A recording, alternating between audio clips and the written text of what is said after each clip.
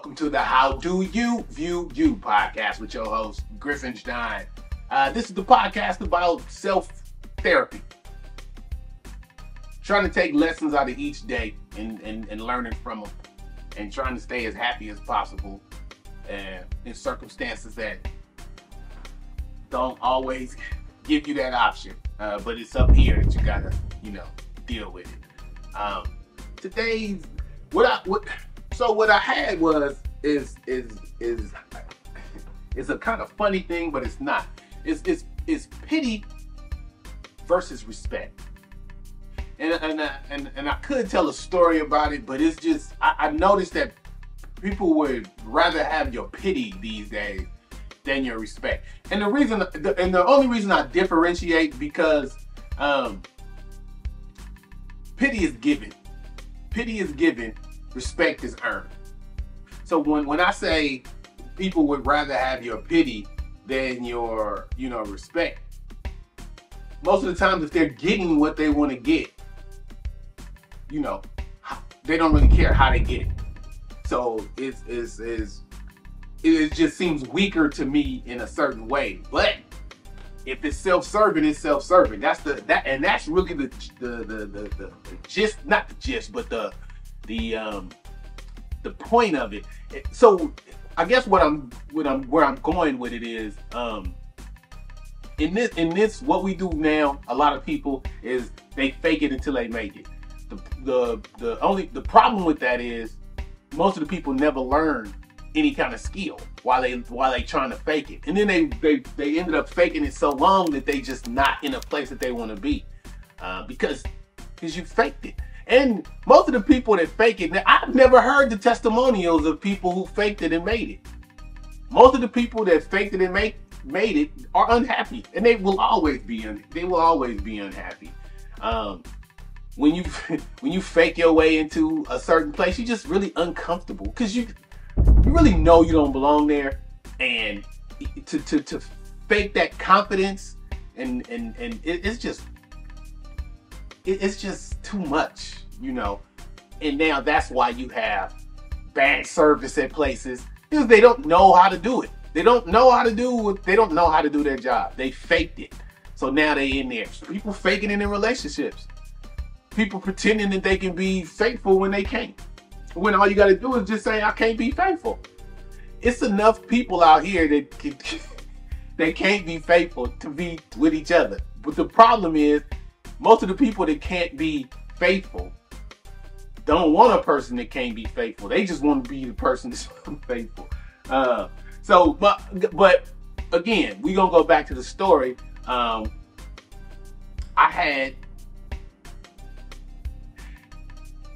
have a cousin who, just wanted what they wanted. It didn't matter how they got it. They'll tell you a sob story. That's really what it is. It's sob stories. It's the sob stories, and then me not being easily, worn down anymore. So that's how that's how it all came about. Is me listening to these sob stories from people that I like to help. I do help. I don't like to help. I help. I help and I elevate every time I get a chance.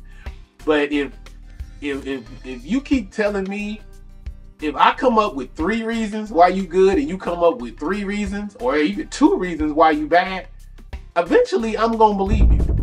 I have to believe you. If you're telling me that your life is all of these things, if your life is this barren pit of despair, nigga, I don't want you near me. I don't want you near me. I easily, and I don't know how to stop that, but I easily absorb that. Not to the point where not like somebody say, oh, my dog died, and then I don't cry for the dog or nothing, but it's just the mood of the it's transferable. That's all I can say. It's transferable. I can feel it. I had to do something one weekend. I could feel the despair in the whole vicinity. It just felt heavy on me, and it took me like 2 or 3 weeks. I don't even think I'm really now still. I don't feel like I'm 100%. That shit is real. I didn't know it was real. I guess I don't know. I guess when you tune up or tune in a little bit more to life and to people. That's why I don't like being around people. Some people think it's because I just don't like people, but quite honestly, I don't. Like people in general, but I like people. I love people actually. I don't be like that. It's just the people that drain you, and you don't have to take that. Well, I don't have to take it. You can remove yourself from the situation. You can do a lot of stuff actually. It's the way now, the way it is in the world now. It's just so many. Quite honestly, fake people. For a couple years, fake it till you make it was the mantra. And I always watched the people that used to say that, and they were like, "Well, you just fake it till you make it." And it's usually fake people. Do not get me wrong. Sometimes you have to be fake. Sometimes you have to be you, not me. Sometimes you have to be fake. Because you got bigger things at stake. You got bigger things at stake. Well, I apologize. Me too. And it ain't me being fake. It's just not me being what I am. And I do have to I'm gonna have to make a decision on that, because me not being me at a certain time, I don't know if that's automatically fake, but me being somebody else is definitely fake. So if you trying to be what you think a person wants out of you, that might be fake, because that's going to be hard to maintain. That's why I'm saying in relationships, I know women that pretend to like football. I know dudes that pretend to like basketball, just to make their mate happy.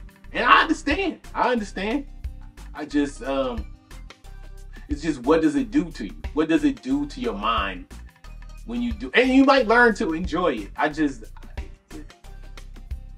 It's just the whole fake and the whole, and the pity part of it.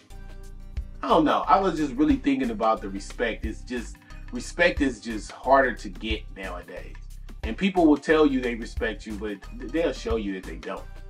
And I don't know. I just feel like I'm in a weaker. I'm always surrounded by weaker people. And when I say weaker, I don't mean weaker less than me. I just mean they can't take nothing. They can't take. They're impatient. That's a weakness to me. They can't control themselves. That's a weakness to me. If we in a room and we trying to make a business deal, or even if we just in a room where we just walking around and you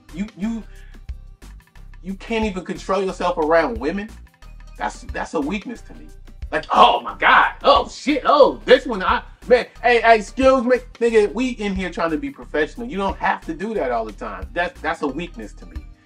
You can't control your behavior. You can't control your mouth. And then you think other people supposed to just be like, oh no, that's how he is.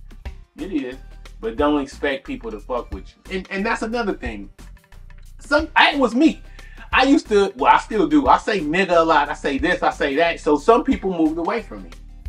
Just because, they're in the church or they're into whatever it is that they're into. And I was anti that. People do that with dark. They think because I say I'm dark, that I'm evil.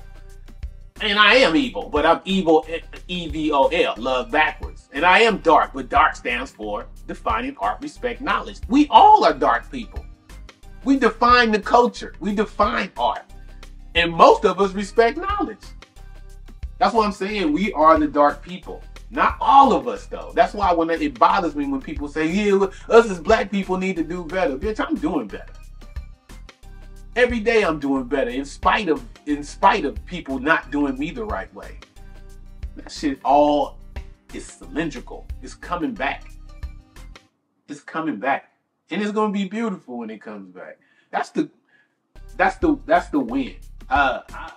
That's the win. And when I say win, I mean that's the part that you have to be patient for. It's certain people that that will, in music, we'll go in music that they'll see what's hot and they try to do it. But they not being them true, authentic selves. So when it's time to make something else that's hot, then you do it. What is that? That's faking. Or it's catering. Or it's whatever. I just find it hard to trust people like that. Because they'll do anything at any time for whatever that objective is. It's usually fame, money, women, whatever. Even respect. It's funny that they'll do it for respect and you know, some people's respect ain't worth a damn. I'm gonna just go ahead and tell you, because what good is having somebody's respect that can't do nothing for you or can't do nothing with you? So anyway, to bring it all the way back, most people would rather have your pity than your respect, because pity is given. They don't have to do much. They can tell a story and get it. Respect is about action.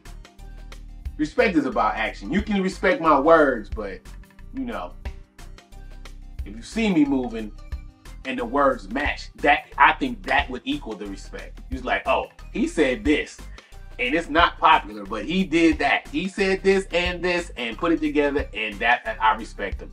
And you don't have to like people you respect. Nigga told me he'd rather have loyalty than respect. And, you know, the dude, you know, he been through a lot in his life. But I didn't have the time or the interest, you know, to really see what he meant by that. Cause he's another faking dude. So I don't really deal with it like that. But when he said that, I was just like, I will have to start defining my terms with people, because I'll say fake, and then you got a picture in your mind of what fake is, and I got a picture in my mind what fake is. And we both saying probably the same thing. Most of the times that I talk to people, we saying the same things. It's just they don't like how I'm saying it. Because it's rough. Sometimes it's rough how I say stuff, but that's how I talk to myself. And I was told I should treat other people better than I treat myself. Well, actually, she told me I should treat her better than I treat myself. So now I don't treat her. Anyway, so I guess I could do a little update. But I'm not, you know, it's just what it is. I turned 50 on January 11th. I turned 50. I don't feel old. And I think that's what I think the crux of it is. The crux of it is, if you don't feel old, just keep doing things so you don't feel old. And that's what people don't think I'm as old as I am, because I'm still trying to learn. You know, crotchety old men don't want to learn. They don't want to learn. They don't want to be told nothing. I'm crotchety to a point because I don't want to be around people, and I don't like a lot of bullshit. But if you can teach me something, I'm going to listen. You know, well, if I want to know about it. Yeah, so I just, it's the energy. It's the energy. Plus, I did something. I found out, well, not found out, but I do the life number stuff, where you add up your birthday, and then you see, you know, where you are and what it equals, and then you go read a thing on it. I've been doing it wrong the whole time. I was born on the 11th, so you don't break down the 11. I might do a little 1 + 1. I don't actually know how to do that, but I think I can do it. But what I was doing was I was going 1 + 11 + 1. No, 1 + 1 + 1. You know, and then 1974, they say you don't supposed to do it that way. You don't break down the 11. 11 is a master number, so you don't break down the 11. So it would be 1, then plus 11, which is 12, and then 13 plus which, you know, it equals 22, then the 74. So I'm a 33 life path. So my life path is 33, which is master builder, master teacher, and master communicator, which I would agree with, but it was just a lot of stuff that it said was dead on. It's like some people come to this enlightenment. I'm doing air quotes. They come into this enlightenment at a later age. And mine was like just recently. Like just recently I found out that I was a 33. I thought I was a 6. So I'm still a 6, but I'm a 33, which is an augmentation. So it's supposed to be a 3, which is it. Anyway. If you into it, you know what I'm saying. If you don't, then look into it. I do recommend it just because of the birthdays are so random.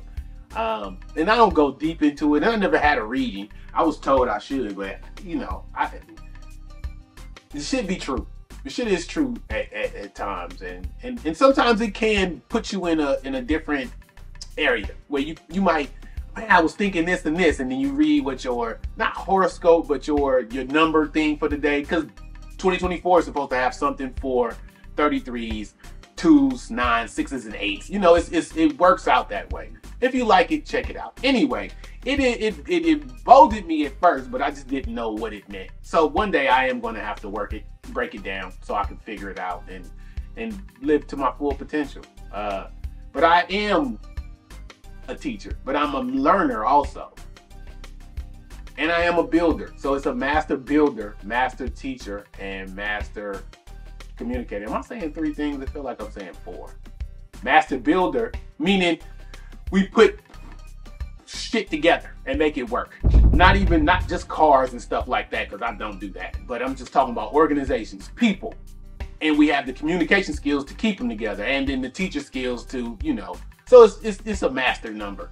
I don't know why it's 33, but they don't go to 44, but some people do. Anyway, I learned that, and I was happy about it.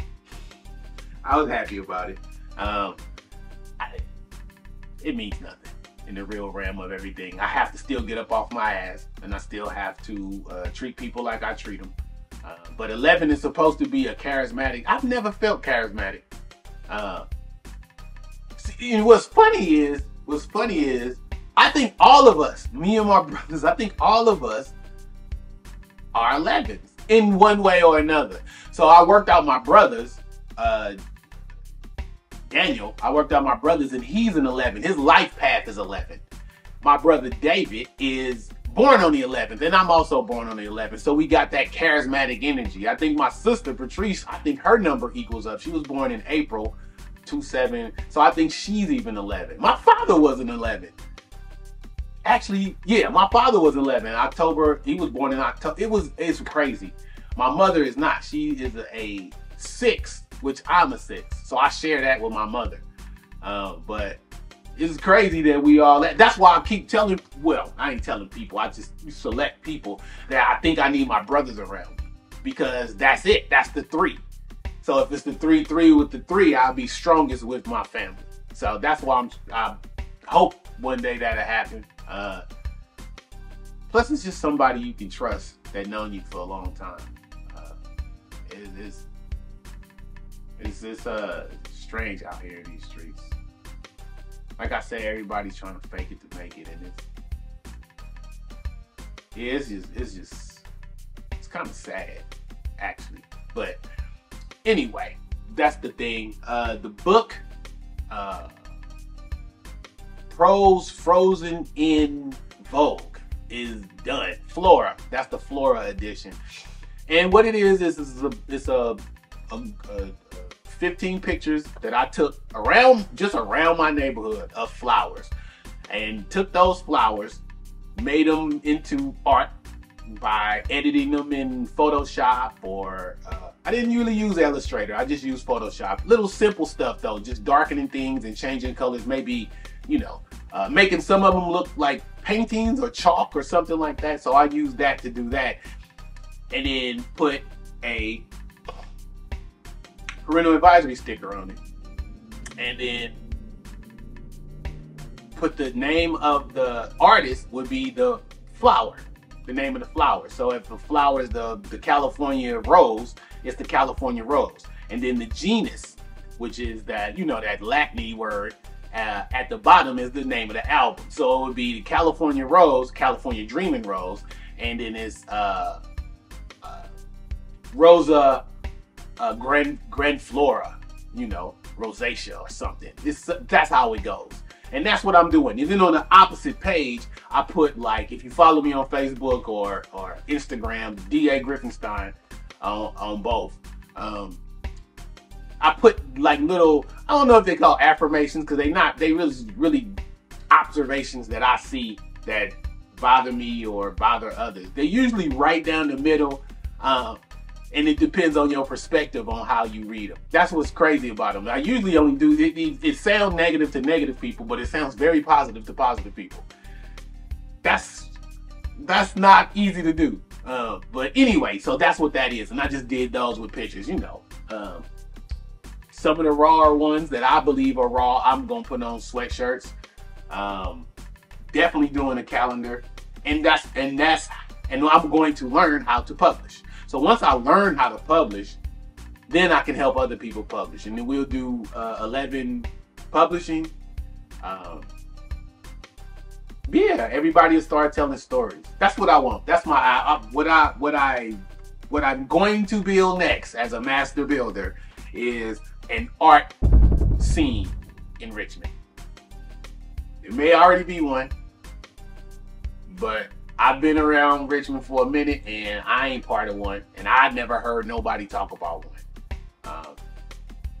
The reason I say that is, I went into DMV in El Cerrito. My city is Richmond, but right next door is El Cerrito. It's a close city. And I'm looking around the walls, and there are pictures hung up of local artists hanging up, and it has a price and it has an email in there on the header. I said, that's genius. Why shouldn't it? Now, how they got into a California state building is beyond me. But these are the kind of things that we could do as Richmondites, where I can go to the local burrito house or gratitude showing. Gratitude showing will sell your photo, your art there. She is totally committed to doing that. Reach out to her. Gratitude showing, it's in Richmond. She will post it up and she will sell your art. She'll set it. She'll set it in her shop on the walls, and whoever buys it buys it. So that's what I want to do. I want to get people back into contact with their arts, and yeah. So that book is done. Probably I would like to release it pretty soon, because I already got another one started with fam. So it's going to be called Prose Frozen in Vogue. Flora is the first one, but then family, moon. I'm going to do the moon. I want to do trees. I want to do trees, just local trees. And it's good because I'm sciencey, so I like the thought of knowing these things, because a lot of this shit out here is food. A lot of that shit that I took pictures of is food. Like, it's the Himalayan blackberry, it's the wild iris. You can eat iris. You can eat the petals. The rose hips on the California Dreaming rose. That's how some people get vitamin C. The dandelion, the milk thistle, all of these things. I don't know. Yeah, the flax, the New Zealand flax. They put a lot of those in the what you call it. And then I found out that some of these berries here are edible. Not at the time I took them. Not at the time I took the pictures, because you know, smushy just like everything else. But they are edible. When you know your surroundings, you know. Now, don't get me wrong. Anything lower than a certain thing, it's too many dogs around here. So that's the last thing I need is a dog shot with blueberry juice in it. That's what I don't need. So, but to know. Anyway, I want to call the book educational, but I will not. Only because of the affirmations I put in there. I didn't cuss. And that's what another thing. A couple of people was telling me you shouldn't put the parental advisory sticker on it, because now kids can't look at it. And I understand that, but I'm okay with it. This is art. If whatever. If there is, it's parental advisory, but it's thorns. There's nothing that can harm them on there. But it could be. Anyway, I don't give a fuck. I'm going to put the bitch out, and that's what we're going to do. That's what we're going to do. The other one is going to be Richmond. I took a lot of pictures of Richmond, so I want to make sure I do at least that one. So this way we doing books. Then what I was saying the year before or last year, I don't remember, but the thing where I get a group of artists, we all do 2 pieces of pictures. Either I take their pictures and I manipulate them, or they manipulate them. Now we all authors. That's still my hope and dream, is to get everybody to be authors. And then the distribution is what the problem is. There's people feeding off of a culture where they just, it's the distribution that they get. They do it with this, you know, DistroKid and whoever gets you on these platforms is just one more way to keep you from the big money. It's hard to believe that it's not on purpose. We shape the culture. We shape the culture. We shape the culture. I mean, I don't even know another way to say it. We shape the culture, and then, but we never can profit off of it. Well, I'm going to change that. That's what I'm trying to do. If I can figure a way to, you know, make a collective where we can put our books in a place where we can, and we got those places set up. That's why I like people to have business, especially brick and mortar, because there's places that we can patronize. There's places that we can put these photos in, and I keep saying photos, but I really mean art, because it's I know a dude that paints. I know a dude that uses chalk. I know a girl. I know 2 girls that do poetry. If I can do the illustration, and they just put their poetry on top of it. Let's just get it done. That's all I'm saying. Now it's art. Yeah, that's it. Still waiting on to drop the revival. It's still with the mixer. I gotta do. I think I'm gonna go and I got 4 more songs that he's supposed to give me, and he just sitting on them. He's just sitting on them. So I reach out, but nothing.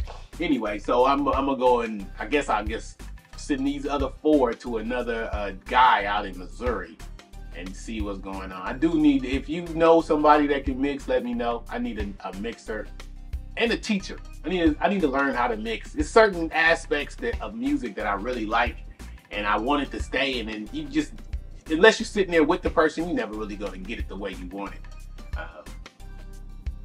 But yeah, so that grants, trying to learn how to write grants.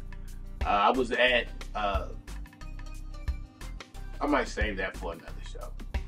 I actually might save that for another show, because that's deeper than I want to get right now. But anyway, that has been your episode of How Do You View You. I appreciate everybody that watched.